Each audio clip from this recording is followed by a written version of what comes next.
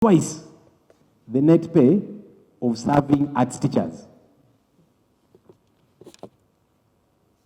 This is totally unacceptable. That somebody retires and the pension they're earning on a monthly basis is higher than somebody who is still working. This is wrong. We need to do something quickly about it as I wrap up and take that. Honorable Speaker, government should not intimidate these arts teachers. I know in their engagements, sometimes when civil servants are on strike, government will try and intimidate them, get back to work, otherwise we'll fire you and so on. Please don't intimidate these arts teachers. Pay them well, just like you're paying the science teachers. Finally, Right Honorable Speaker, this government is run by people who qualified in the arts. Majority of those who are running it. The current occupant of State House did an arts degree in Dar es Salaam. The Vice President did an arts degree at Makerere University, first qualification. The Speaker of Parliament, her first qualification was an arts degree from Makerere University. The Chief Justice did a law degree, which is an arts degree. The Right Honorable Deputy Speaker of Parliament, your first qualification, sir, was a Bachelor of Arts in Social Sciences, before you added other things. They are saying even the law. Yes. As a lawyer, I did arts. Of course, I did other things before. The Prime Minister, I don't know what she studied.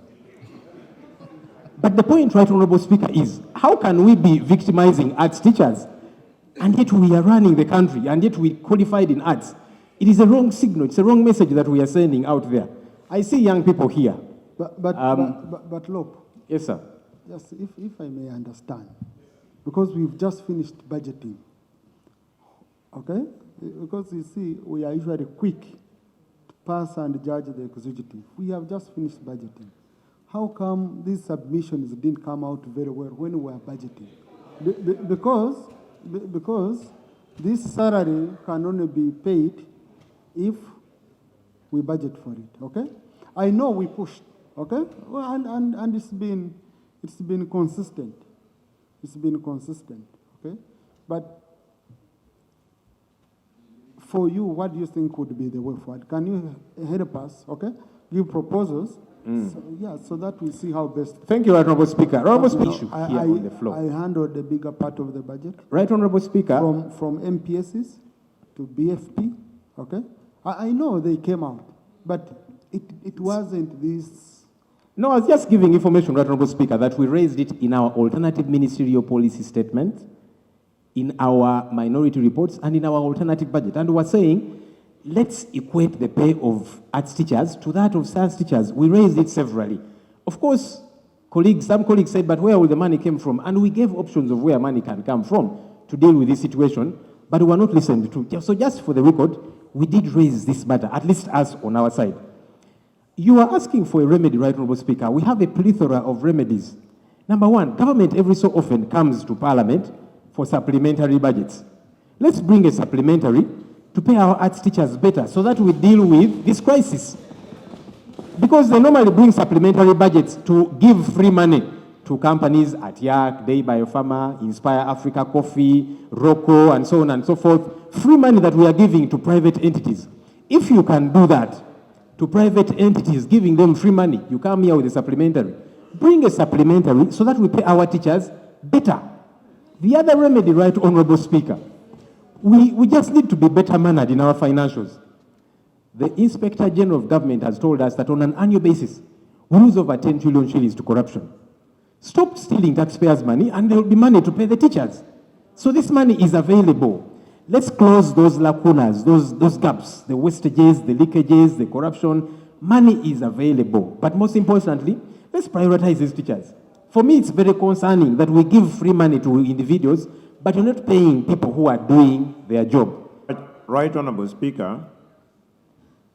Mr. Speaker, let me first start by formally welcoming back the Honorable Leader of the Opposition back into the House, because the very last time we saw the team, he led the team out in exercising their constitutional mandate under the Constitution of the Republic of Uganda.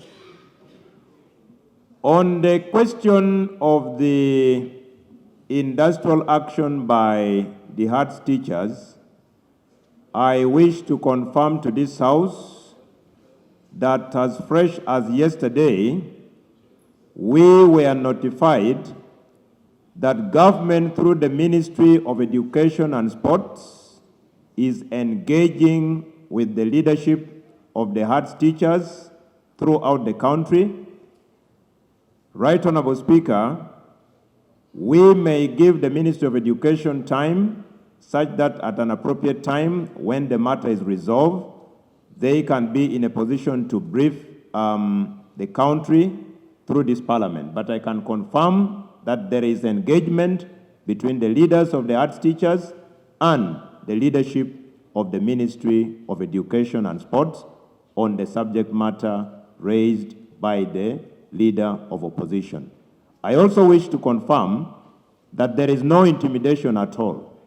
One of the reasons why the NRM has been in government for all this time is because we believe in dialogue and consensus, and that is what we are doing. Thank you. Thank you. Now, colleagues, on dialogue, okay? Because you see, this is the matter which I know is of concern to all of us. I can see the Minister for Education has also entered.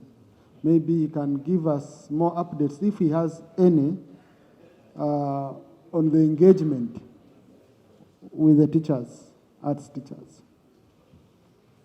Right Honorable Speaker, our teachers of arts went on strike, and we've been engaging them. We have engaged them in a number of meetings, and last week, the leadership agreed to suspend, to get out of the strike. Of course, government is still very committed to address the welfare of the teachers. Government is committed to raise the salaries of all public servants in a phased manner. After discussion, we agreed that they go to communicate to their colleagues, and I'm expecting the results or the outcome of their meetings with the colleagues, to share with us what could come out of that tomorrow, on Thursday, right, Honorable Speaker. Thank you. Honorable Minister, kindly update the House once the negotiations are done. And the really rope we submitted very well, and has given us a good, I think, an exciting timeline, is which we can check, which is Thursday next week. No, the minister is upright. No, the minister is the one engaging. We don't know what they've discussed in the room. Okay? Honorable Enos?